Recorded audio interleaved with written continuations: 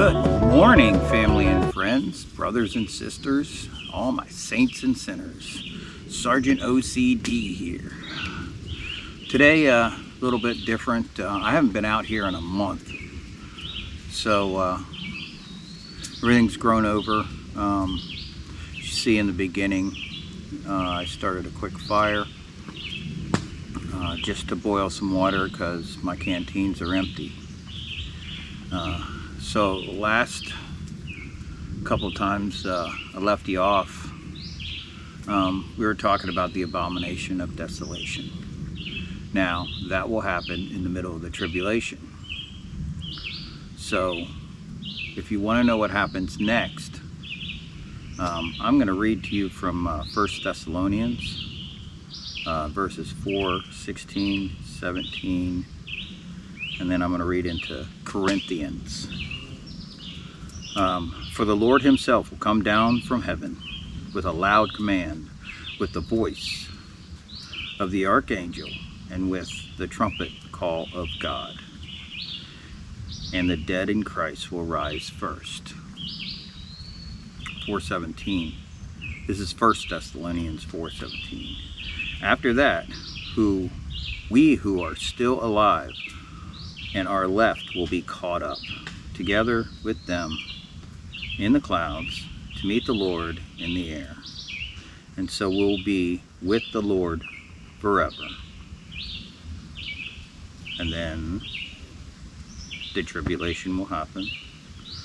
Then 1 Corinthians 15, 24, and 26.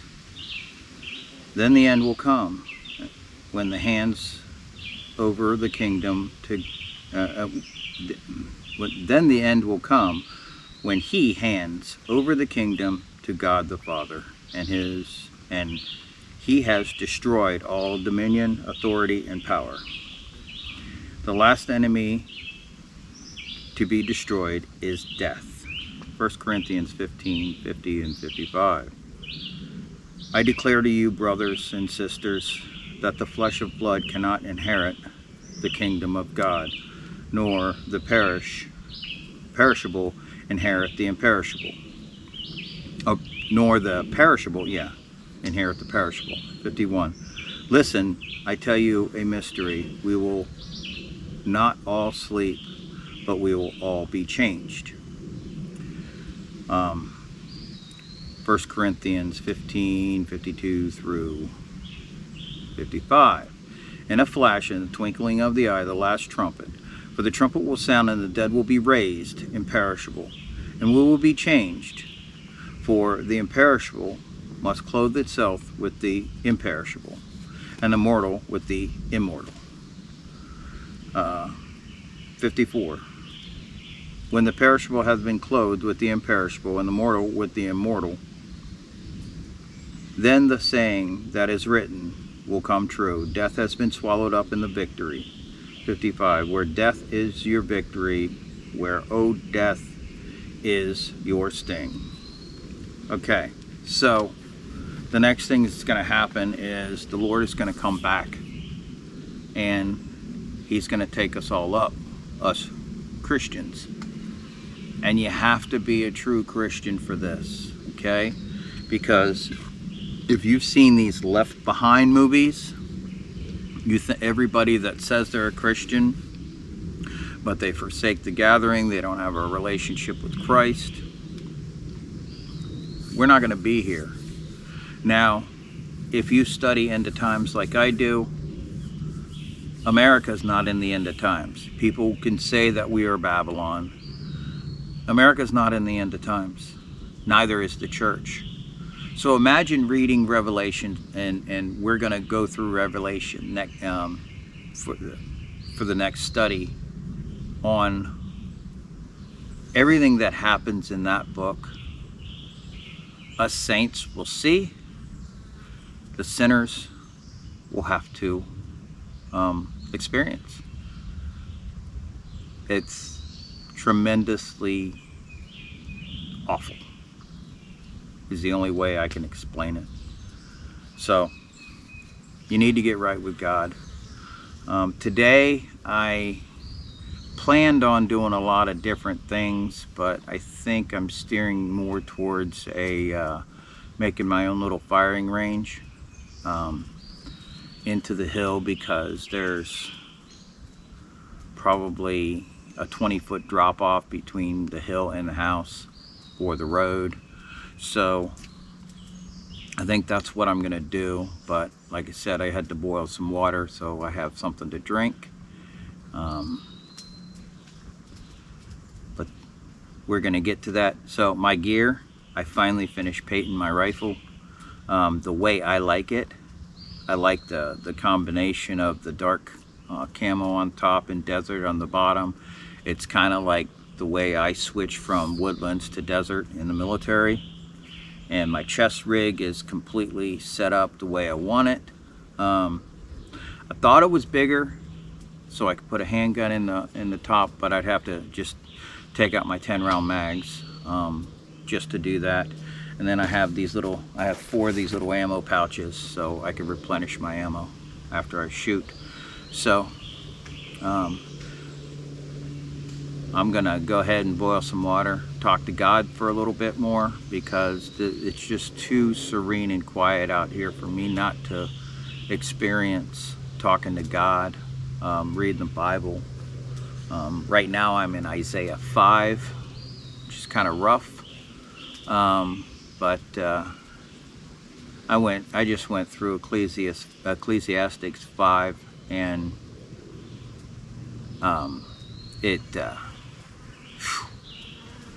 it really touched me. So if you want, read that. It talks about not talking in church, not saying anything bad, because it's the house, the holy house. Because there's this 80-year-old woman I've been flirting with that she wants nothing to do with me, but I'm still flirting with her. So we have some banter back and forth. But she was told not to talk, well, not to do that. So I mean, I get where they're coming from, perception, but you know, it is what it is. So I've been very, very good. I haven't been at this church for more than 2 years. Actually, I think I just went over 2 years, but it's a different type of covenant. I like it. I love it. I want some more of it, but you know, I have to kind of tame my worldly side a little bit more when I'm there, and I do like that part too. So without further ado, I'm gonna boil some water, like I said, and then we're gonna go scout out a place to put up a firing range, and I'll be bringing all my gear with me because I'm not gonna probably come back to this part of the woods. Anyway, God bless you, take care.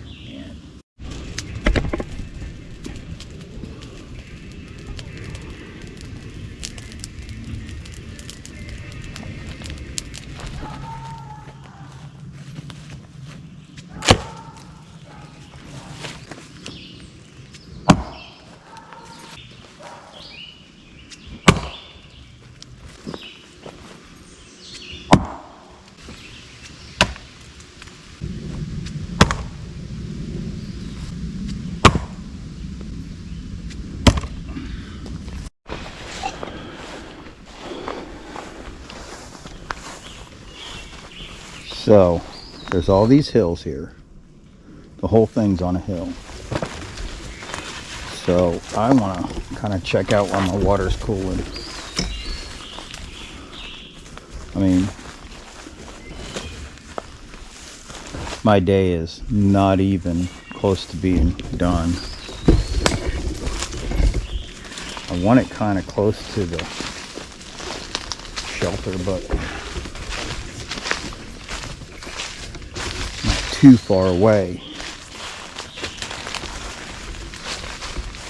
Directly ahead is somebody else's property, and I don't want to shoot that way.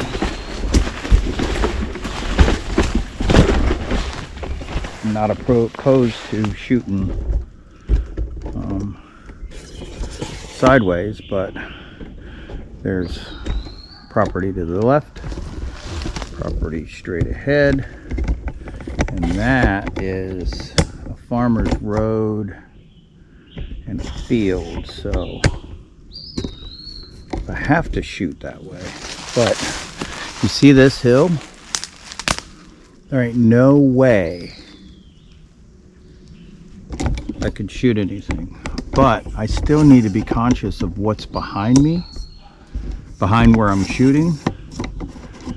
So let's just say I'm shooting this way, stray bullet goes up. I may or may not be able to hit the house, but I don't want to have to walk uphill doing everything either. So what I'm looking for is kind of a flatter area. Now this is right next. Oh, I could shoot up against those rocks, right? I don't think so, Tim. Yeah, you don't want to do that because you can get a ricochet. Just like, you know, I have kind of a flat area there. I think I'm going to have to go down further to a flatter area. And definitely don't have a problem shooting this way. But I want to shoot more that way because the house is not that way. There's like a field and a road. The last thing I want to do is have a stray big bullet take out a young girl, you know, because that's what's up there. Oh. So that's why. Now I can go further that way and that way, that way and that way. It's a lot flatter, but again, shoots towards the road. I think that's my best bet because the rest of it is all down a hill. But we'll see. As you can see, let water cool. We're doing some char cloth for my next fire. I'll take you over to my axe throwing area, which is real close to the kitchen. Still haven't got the water right. I just haven't been here, but pot's still there. Nothing's untouched, or nothing's touched from the last time I was here, so got some stuff growing. That right there is a pawpaw. I'm gonna leave that, but just want to take you to my kitchen area real quick.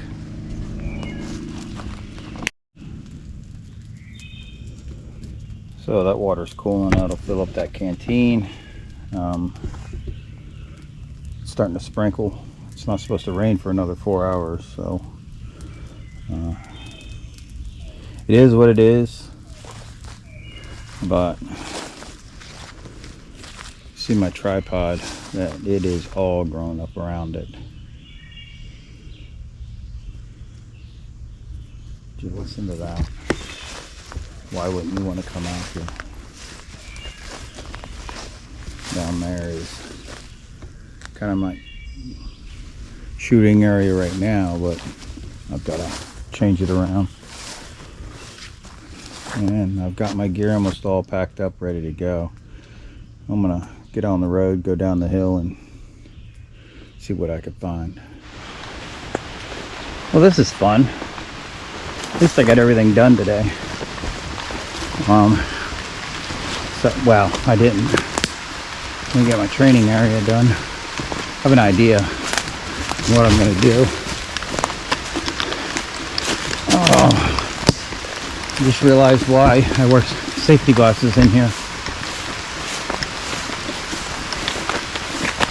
The stick poked me in the eye. Luckily my eye knows to close.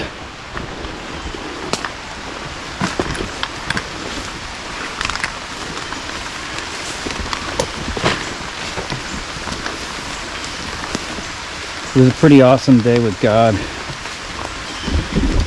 You know, we need days like this where we just go and reflect with him. Talk to him. Let him talk to you.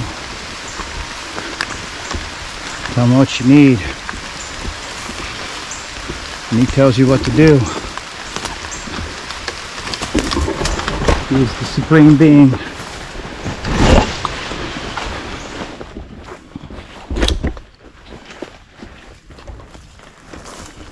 So, going by the kitchen.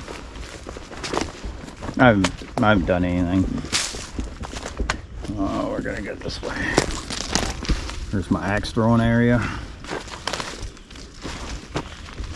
which did a little practice in today.